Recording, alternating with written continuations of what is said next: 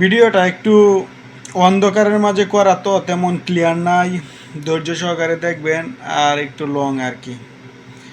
এই রাস্তা দিয়ে আসার সময় যদিও লাইট নাই বা অনেক সকাল ছিল, তো এই জন্য অন্ধকারের মাঝেই করা। আপনারা একটু ধৈর্য সহকারে দেখবেন।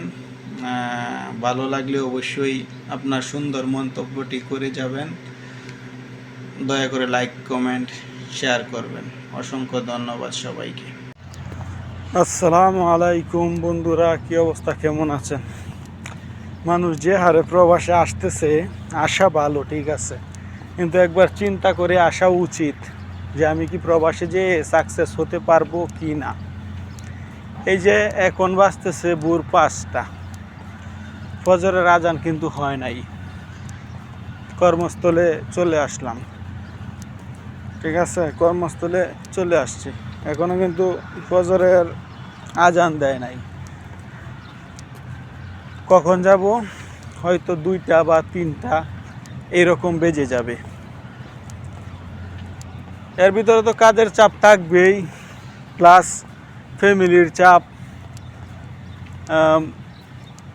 ফ্যামিলির চাপও আছে, যেমন ফোনে কথা বলা লাগে, এই করা লাগে, সেই করা লাগে। আর আমি যে কাজটা করি এখানে প্রায় অনেকের সাথে কথা বলতে হয়, ঠিক আছে, সর্বক্ষণ কথার উপরেই থাকতে হয়। আর এত কথা বলার পরে তারপরে আর বাসায় যায় বা কারোর সাথে কথা বলতে ইচ্ছা হয় না, ঠিক আছে।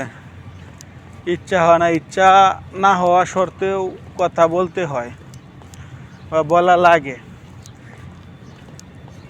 আসলে এটা বুঝবে না যারা প্রবাসী আছে বা প্রবাসে আছে, তারাই এই ব্যাপারটা বুঝতে পারে। এই সকালবেলা ঘুম নষ্ট করে অনেকেই তো আসতেছেন বা আসবেন, একটু প্রিপারেশান নিয়ে আসবেন যে আপনি কিন্তু ঠিকমতো ঘুমাতে পারবেন না। খাবারের সময়টাও টাইম মেনটেন করে করতে হবে, বা হয়তো টাইমের একটু এদিক সেদিক হইলে খাবারটাও মনে করেন যে ঠিকমতো হবে না আর কি। তো যারাই নতুন আসবেন বা আসার চিন্তা ভাবনা করতেছেন, তারা অবশ্যই প্রিপারেশান নিয়ে আসবেন। আর বিশেষ করে যারা প্রবাসীদের পরিবার আছে বা আছে, তাদেরকেও একটু বোঝা দরকার যে সব কিছু ছেড়ে ছুড়ে এখানে কাজ করার পর আবার যদি ফ্যামিলির চাপ বা ফ্যামিলির কোনো কিছু মানে একটু স্যাক্রিফাইস না হয় বা স্যাক্রিফাইস না করে, তাইলে কিন্তু হাজারো অভিযোগের কোনো শেষ নাই। তাই একটু চিন্তা ভাবনা করে তারপরে প্রবাসে আসার চেষ্টা করবেন।